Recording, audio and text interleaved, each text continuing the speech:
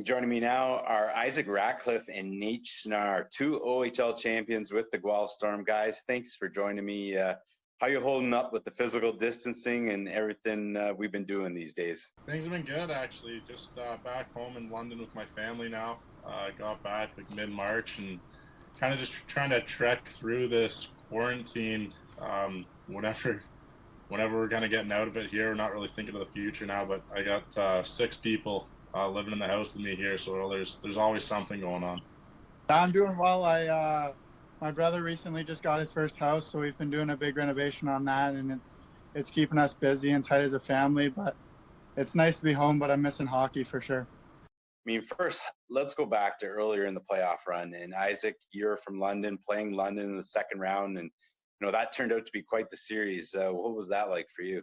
I mean, going back to even my first year playing in the OHL, going to London was always just a treat for me. Just going to play in front of friends and family, and going to play in the Bud Gardens, kind of where I grew up. And I remember just sitting up in the 300 section, watching the games from that angle, and to be on the other side of the glass, and especially in that situation, that scenario that we got ourselves in, just made it that much even better. And by the end of that, I think after that game 7, it just kind of all hit me at once. Where just like, you know what, this is kind of where I grew up, and this is kind of coming to the end of my OHL journey here, and to finish off like that in my home city in front of my friends and family was just kind of like the best case scenario for myself. Nate, after playing 2 7-game series, you had played a lot more games than Ottawa, who were perfect at that point. Were you guys starting to feel those extra 6 games as you headed into the finals? I don't know if it ever kind of caught on. I think we were just riding a high. Just we were feeling like this was destiny for us, and we had such a tight group that I think we just truly believed in that dressing room that we were made to win it all. And I think the first 2 games didn't go our way, but we just relaxed and we settled back and went to work, and it was awesome. I mean, both of you guys were leaders on the Storm team and playing for a long-standing, well-respected coach like George Burnett. What did you learn about leadership from him? Well, for myself, Nate and I worked with so many great people along the way in our journey in Guelph, and it goes all the way back to our first year when we were 16. We had guys like Garrett McFadden, who was our previous captain, and our previous coaches there, and Jared Scaldi, Bill Stewart, and especially another guy who was a big name for us, who was probably my biggest mentor through my whole junior hockey career, was Luca Caputi. And they kind of just taught us what it was like to be a junior hockey player, to be a guy who wanted to be a pro hockey player. And Nate and I kind of went through that whole journey together too, which made it that much better. And especially in that game 7, when that final buzzer went and we won, I think emotions just got pretty overwhelming too. Just kind of recognizing the last 4 years had come to that moment, and that's what we've been working for 4 years. You guys got down early in game 6. I mean, the first goal was from outside the blue line. You're down 2-0 at the first intermission. I mean, what was the mood like, and who spoke, or was anything said just kind of change things up there after the first? I think that first goal went in, and it was like, oh boy, we're in a game. This isn't going to be easy. Winning 3 straight's a great feeling, but Ottawa wasn't going to roll over really easy. They're a good team. But I think it was just our leadership group. I think Isaac spoke up. We had so many great guys in that dressing room. Dursey, Zook, Suzuki, Howell, myself. But I think Ratty took the most of it, and we all just kind of took a deep breath. We knew that we could accomplish it. We've been down before, like in London earlier in the playoffs, and we just got to work, and yeah. Isaac, you got the tying goal and then the go-ahead goal back-to-back in the second period. Take me through those. What was working so well? I remember the first period just kind of being a little jittery. Of course, I mean, we all came into that game really thinking about the end result, and that first period, you could really see it. Everyone was kind of gripping their sticks a little bit tight, and we weren't playing much in the offensive zone. And like you said, they got that first goal, and it kind of put us on our heels a little bit too. And I think we scored pretty early in the second period. I know Sammy had a nice shot from the point and got us on the board and got us within one. I think they were up 2 after the first, but I think after the first period, it was pretty quiet in the dressing room. It was more just kind of everyone realizing, okay, we're in a hockey game. We've done this 100 times before. You know what? Let's go into this second period and play it like we usually would. And a lot of us, got on the board that night. I think we all kind of felt the same thing, and it just took off from there.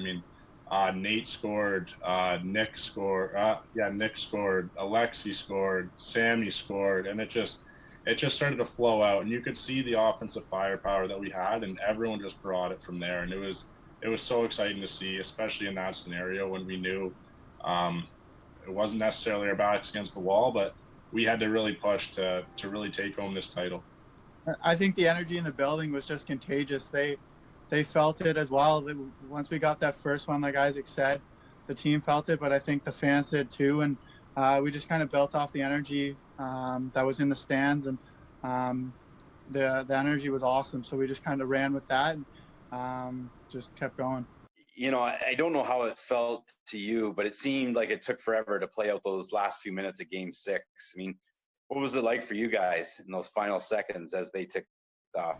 Thinking back now, that's it still gives me goosebumps this day. I remember standing up on the bench, and we were all standing there with our arms around each other, and there's still 8 minutes left on the board, and we're like, what do we got to do just to get this game over with now? And there was just so much excitement. Everyone in the building was on their feet too, and I don't know if we all knew, Nate and I especially, just playing in Guelph for the last 4 years, we knew where our families were going to be sitting and stuff. And I remember looking over my shoulder and having all my brothers, my sister, and my parents there. And again, it was just like a overwhelming emotion that just kind of comes over you. You kind of realize there how much work you put in to get to this point. And oh my God, we were just screaming the whole time. I think that whole third period, just trying to get it over with. And I don't know, that when that last buzzer went, it just kind of like a blackout moment, really.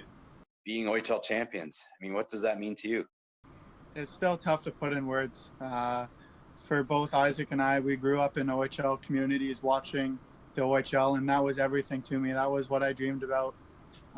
Since I was a little kid, I remember watching the Rangers, and when they lifted it, that's where I wanted to be one day. And it starts all the way from when you're a little kid with your families to 4 years in Guelph, working towards that goal and building the relationships with teammates and everything.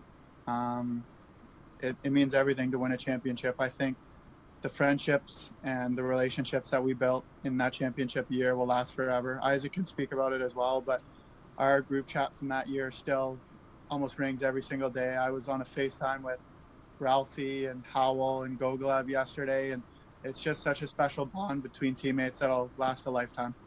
Just thinking pretty much back to that whole run, especially like Nate said, growing up in OHL cities, and especially kind of where we grew up. Nate in the Kitchener area, where he saw that Guelph rivalry growing up as well, and same for me growing up in London, seeing the London-Guelph rivalry the whole way through, and then finishing off against London like we did, which was even better, and again finishing off like we did against Kitchener, and especially kind of what we went through with them for our 4 years, just taking beatings back and forth, and just to kind of say that we're OHL champions after everything that had kind of gone on in the last 4 years is really a dream come true. It was the icing on the cake for everything that we had really worked for the first 19 years of our lives. What were some of the other highlights of the summer for you guys being OHL champions? I think the parade's a big one for me. Obviously, we were a little down coming back from Halifax. We didn't quite get the result we wanted, but you come back to packed streets in Guelph, and that means so much to you, just knowing how much it means to the city and the fans who rallied behind us and believed in us for some tough years in Guelph when we first started out, but stuck with us the whole time. And to see that turnout was absolutely amazing.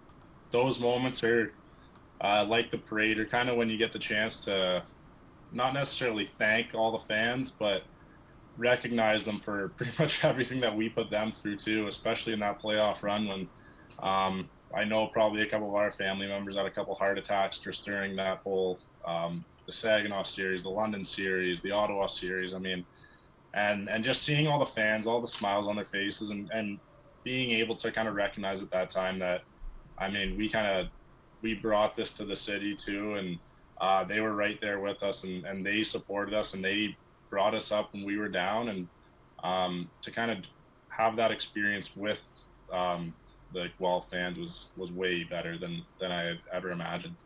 Now, both of you guys have turned pro. I mean, I'm sure fans in Guelph want to know, how was that first season for you?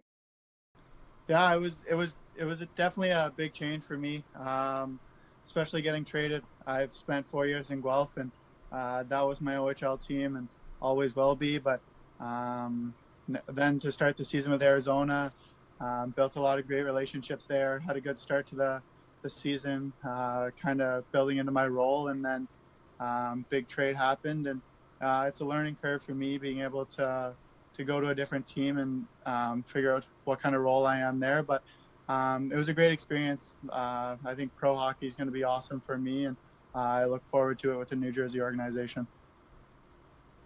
Yeah, and for me, I mean, I'm kind of getting flashbacks from my first year in Guelph. I mean, it was a struggle to start the year, and I definitely didn't get as much production as I would hoped, especially coming off a season like last year when I kind of looked at myself as an offensive guy, especially. And coming into this year, I really had no idea what to expect. I mean, playing in a league like this with older guys, everyone's bigger, everyone's stronger, and I think my role kind of changed. So I mean, it was tough for me at the start, but once I got comfortable there, I kind of started kind of fitting in a little bit more on the ice. And like again, I said, it's kind of like my first year in Guelph, and it took a while for me to kind of get comfortable there too. And I know Nate can attest to that as well too. When you're trying to get into a group that I mean is already set, they're older guys, and you really don't know what to expect when you're going in to play your first few games. But like Nate said, I think it's really going to come down to the same kind of work ethic and the same mindset that happened 4 years ago when I was trying to come into Guelph. But